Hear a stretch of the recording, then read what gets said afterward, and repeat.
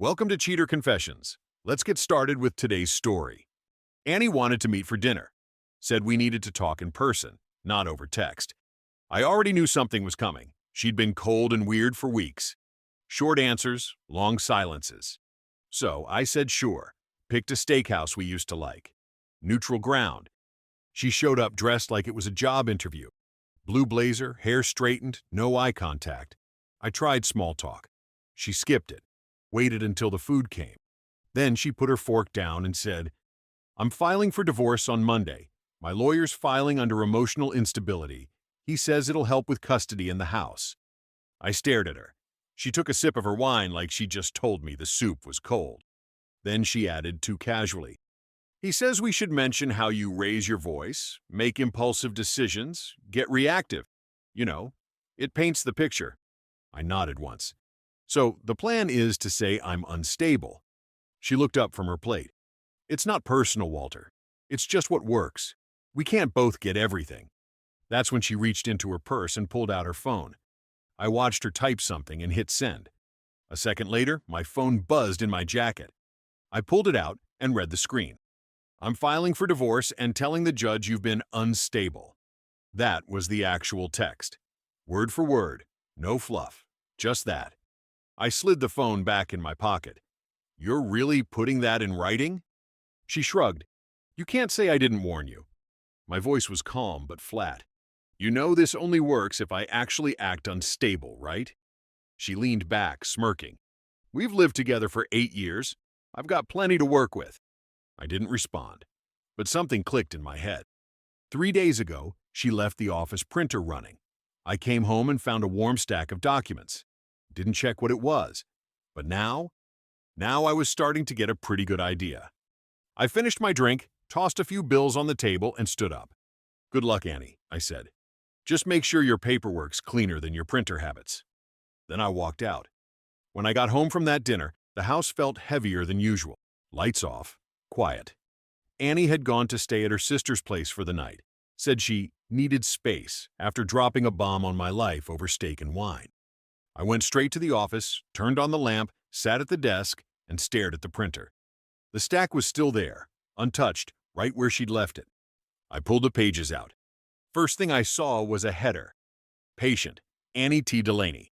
Therapist, Dr. Julia Noren, PSYD. Therapy notes, dozens of them, week by week, over 2 years' worth.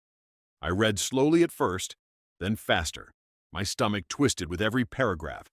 Anxiety, depression, paranoia, emotional regulation issues, all of it laid out in clinical language. But that wasn't the worst part. One note from 6 months ago. Patient admits to embellishing husband's behavior to friends to gain support for potential separation. Another 3 months ago. Patient expressed intent to present husband as emotionally unstable in future legal proceedings, acknowledging no past evidence of abuse. She said that. In therapy. And the therapist wrote it down. She was planning this for months. Planting seeds, playing victim, prepping a case where I was the villain in her story. My hands didn't shake, not even a little. I took out my phone and started snapping photos. Every page, every note. When I finished, I carefully put the papers back in the drawer under the printer, same spot she'd probably meant to file them. I sat there for a few minutes afterward, just looking around the room we used to call our office. Her diploma on the wall, our wedding photo on the shelf, her mug still on the desk. She thought I'd never find out, thought I'd blow up, prove her point. But I had something better than rage now. I had proof. By Friday morning, I had an appointment booked with Christopher Lang, family law specialist. Mid-40s, sharp, not the warm type, which I appreciated. He didn't waste time with small talk. After I laid out what happened at dinner and showed him the photos of Annie's therapy notes, he scrolled silently through each one. His brow barely moved. Then he set the phone down and leaned back. "She texted you the exact words, 'I'm filing for divorce and telling the judge you've been unstable?'" he asked. "During dinner. I've got the text if you want it. I'll need it for the file. But this," he tapped the screen, "this changes everything. She's preparing to commit perjury, and she documented it with her therapist. She printed it and left it on the printer." Christopher nodded. "That's important. You didn't steal anything. Documents left in a shared home are fair game. especially when they directly refute a legal claim. So, what's the move? We wait. Let her file first. Let her make the false claims under oath. Once that's in writing, we respond, and include this. He pushed the phone back to me. She'll have nowhere to go after that. The court doesn't look kindly on manufactured accusations. What about custody of Evan? I asked. He gave a tight nod. If we do this right, 50-50 minimum. Maybe more if she keeps pushing lies. But I need you to be smart from here on out. I leaned forward slightly. Tell me what you need. First, don't move out. Second, don't react to her. If she tries to bait you into an argument, walk away. She wants you to blow up. Don't give her what she wants. I shook his hand, thanked him, and left his office with one goal. Stay silent. Stay steady. That weekend was surreal. Annie came home Saturday afternoon, like nothing had happened. Barely looked at me. She played nice with Evan, smiled, laughed, said she was glad we talked. She was playing the long game, trying to collect a reaction. Sunday night, she stood in the hallway, arms crossed. Aren't you even going to ask if I changed my mind? I looked her in the eye. You already filed the script. You might as well stick to it. She didn't like that answer. Monday came quiet. Annie left early to drop Evan off at school, then headed straight to work. She didn't say goodbye, didn't need to. I already knew what was coming. At 10:42 a.m., I got the email. A cover letter from her lawyer, Zachary Klein. Formal, overconfident, full of buzzwords. Attached was the petition. I opened it. There it was in black and white. I was emotionally unstable, verbally aggressive, and had created a volatile environment not suitable for a child. Annie was requesting primary custody, the house, and spousal support of $2,500 per month. I sent the entire packet to Christopher. 15 minutes later, he called and confirmed what I already knew. She'd gone all in, accusing me of emotional instability, financial control, and making the home unsafe. He didn't waste time arguing the details. Instead, he sent a short, precise email to her lawyer, polite, professional, and designed to rattle them. He simply suggested they review any records his client had recently printed, hinting we had documentation that contradicted her claims. An hour later, Christopher forwarded me the message. Mr. Klein, before this matter proceeds further, I advise you to review your client's therapy records dated April through September of last year. We have reason to believe your client has made certain admissions that are in direct contradiction to the claims submitted in today's petition. That was it. No attachments, no threats, just pressure. It worked.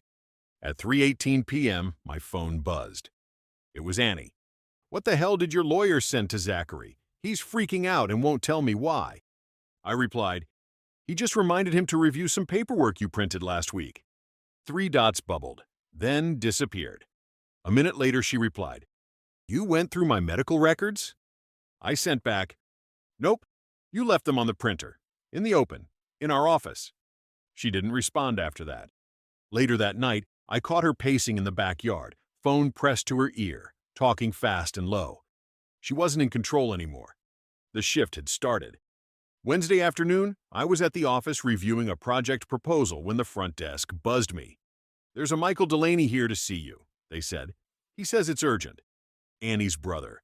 I hadn't seen him in over a year. We were never close. I stepped out to the lobby. He was pacing near the entrance, tight jaw, hands stuffed in his hoodie pockets. Mike, I said, this isn't the place. I'm not here to fight, he said, already raising his voice. But you need to stop this legal crap. You've crossed a line. Which line was that? You're using Annie's mental health against her. That's disgusting, man. You're trying to make her look crazy to get Evan. I didn't flinch. I'm not making her look like anything. She documented it herself. I didn't tell her to lie in therapy. I didn't tell her to file false claims. He looked away. Couldn't argue with that. Just back off, he muttered. She's not thinking straight. Don't ruin her life over this. She tried to ruin mine first. Security stepped in. I nodded and walked back to my office. That night at home, Annie tried another angle. Evan was eating dinner at the table. She crouched next to him, brushing his hair back, loud enough for me to hear from the kitchen. I know Daddy yells sometimes, sweetie, but it's not your fault. He's just going through a lot. I stepped in fast. Evan, go wash your hands. I'll finish your plate. Once he was gone, I faced her. Don't do that again. Do what? Plant stories in his head. If you want to lie in court, that's your choice. But don't involve him. She looked at me like I'd slapped her. You're threatening me now? No, I'm documenting you. Time, date, everything you say to him. She scoffed and walked away, muttering, Unbelievable. The next morning, Christopher called. Klein wants a conference call. Both clients and both attorneys. Let's do it. Friday at noon, we joined the call. Annie was tense. Her lawyer did most of the talking. My client would like those therapy notes destroyed, Klein said. They're private. Christopher answered calmly. She left them in a shared residence. That makes them fair game. Silence on their end. The fear was setting in. The following Monday, Christopher got a settlement proposal from Klein. We reviewed it over coffee at his office. He handed me the printout, shaking his head. She wants full custody with visitation rights for you twice a month, he said. She keeps the house, you pay $2,000 in spousal support for 4 years, and you split all assets down the middle. I laughed once. The house is mine. Bought it 2 years before we met. She's never paid a dime on the mortgage. Exactly. That's why this is insulting. It's not a settlement. It's a wish list from someone who's cornered and still thinks she's holding a royal flush. Christopher drafted our response carefully. We offered joint 50-50 custody. The house would remain mine. Purchased before the marriage, fully in my name. Spousal support was capped at $750 a month, limited to 18 months. And we'd split only the actual marital assets, the things we'd acquired during the marriage, nothing more. No counter beyond this, Christopher said. We don't owe them generosity. That evening, Annie tried again, this time in the kitchen. I was cleaning up after dinner. Evan had gone to his room. She stood by the sink, arms folded, eyes rimmed red. I hope you're proud of yourself. Why would I be proud? You've turned this into a war. Over what? Ego? You couldn't just walk away like a decent person? I set the plate down. You tried to take my son and lied to a judge to do it. Don't cry victim now. I didn't think you'd fight back like this. No, you thought I'd blow up. Prove your case for you. You didn't expect quiet. You didn't expect evidence. Her lips trembled. I just wanted a clean break. Then you should have told the truth. She stormed out of the room. I heard her door slam a few seconds later. The next morning, Christopher emailed me. Klein wants another call. Today, noon. Both of you again. It felt desperate now. They were trying to salvage whatever was left. On the call, Annie's voice was brittle. If I drop everything, the claims, the support, will you delete the notes? Christopher didn't hesitate. No, but we won't introduce them in court if everything is withdrawn and legal fees are paid. Klein protested. She won't agree to that.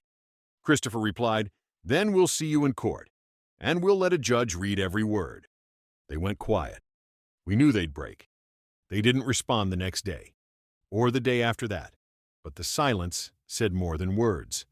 Wednesday evening, Annie's therapist, Dr. Julia Noren, called me directly, or rather, her office manager did. Very polite, very clinical. Mr. Delaney, we wanted to inform you that Dr. Noren is terminating her therapeutic relationship with Annie, effective immediately. Okay, why are you telling me? The manager paused, then said, Dr. Noren believes she may have mishandled certain disclosures regarding your wife's legal intentions. As a precaution, she's filing a report with the state licensing board. She felt you should be notified. Annie had lost her therapist, not because of me, because of what she tried to do. That same week, more fallout. Her employer, a nonprofit where she worked in communications, apparently got wind of the false claims. One of their board members knew me from a previous consulting job. Small world. Word spread that Annie had filed accusations that were later withdrawn with no evidence.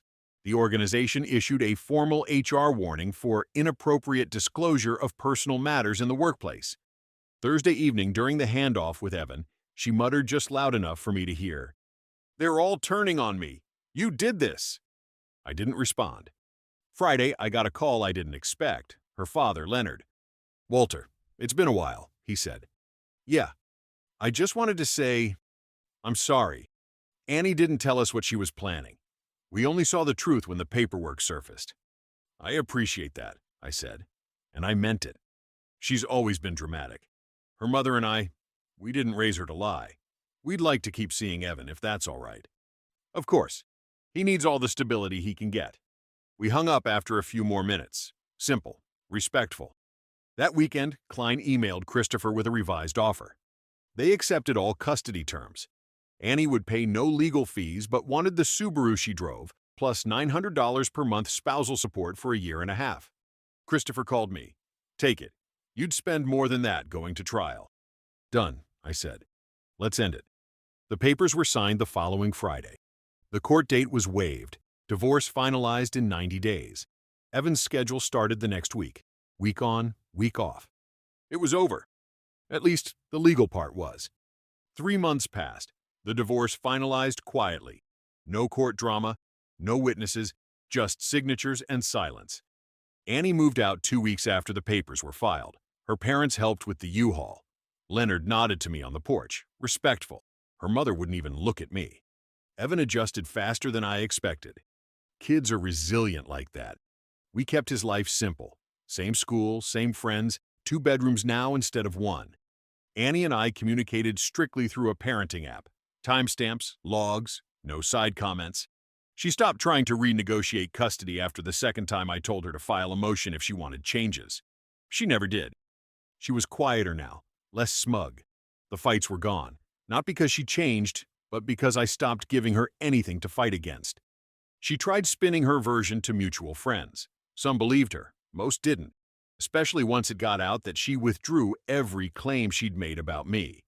She even tried starting a support group online, something about narcissistic divorce trauma. Someone posted a public comment asking why she dropped all legal accusations if I was so dangerous. The group disappeared within a week. I heard she was dating again, some guy named Julian, worked in marketing. No idea if he knew the story. Not my business. I went to therapy myself. Turns out, having your ex try to ruin your life with lies and nearly succeed leaves a few bruises under the skin. My therapist called it reputational trauma. Not dramatic, just real. Part of the healing meant taking the space back, too. I updated Evan's room with a bunk bed and glow-in-the-dark stars. Got rid of all the stuff that reminded me of the old version of us. Last Saturday, Evan and I went out to dinner. Just the 2 of us.